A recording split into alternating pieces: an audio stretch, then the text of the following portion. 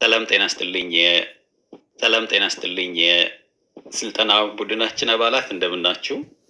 እንትናችሁን ቪዲዮአችሁን ፖስት ስላደረጋችሁ በጣም አመሰግናለሁ። የእያንዳንዱን ሰው አንድ በአንድ እንሄድበታለን። በሚቀጥለው ታስክ የምናደርገው ይህን በድምጽ የተናገርነውን በቪዲዮ የተናገርነውን በጽሁፍ እናደርግና መኝታ ቤታችን እንትን ላይ ግድግዳ ላይ እንለጥፈዋለን። እኔ እንደለጠፍኩት ማለት ነው። አሁን እኔ መኝታ ቤቴ ግድግዳ ላይ ነው ያለው። ይሄን ሳምፕል እንድታዩ ብዬ ነው።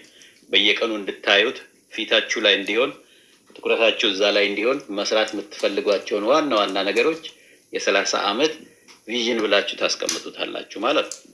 እሱን ይሄንን የተጻፈውን ግን ወደ ተግባር እንዴት እንደምንቀይር በየቀኑ በየሳምንቱ በየወሩ በየአመቱ በ5 ዓመት በ10 ዓመት በ15 ዓመት በ20 25 30 ዓመት ብለን እንለዋለን እንከፋፍለዋለን ማለት ነው። ዝም ብሎ የተቀመጠ ድሪም ሳይሆን የሚተገበር መሆኑ ዋናው የስልጠናው ግራቪቲ መተግበሩ ጋር ነው ያለው።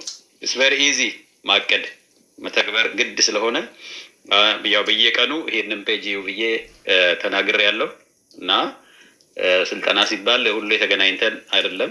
አሁን ይሄ ዛሬ እስከ ቀጥለው ሴሽናችን ድረስ ይሄንን የተናገራችሁትን ወደ ጽሁፍ ታደርጉትና ፕሪንት አድርጋችሁ ትለጥፋላችሁ።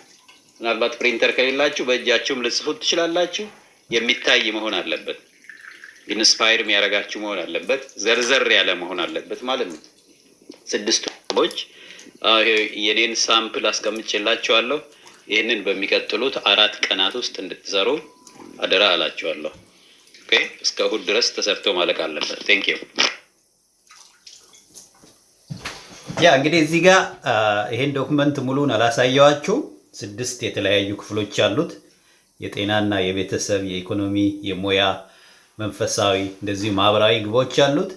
ይሄ የስልጠናችን አካል ነው። ምናልባት ስልጠናችንን የመሳተፍ እድል ያላገኛችሁ ምን እየተሰራ እንዳለ እንደው ትንሽ እንድታውቁ ብዬ ነው። የ30 ዓመት እቅድ እናቅዳለን። እቅዳችንን ፊታችንን እናስቀምጣለን።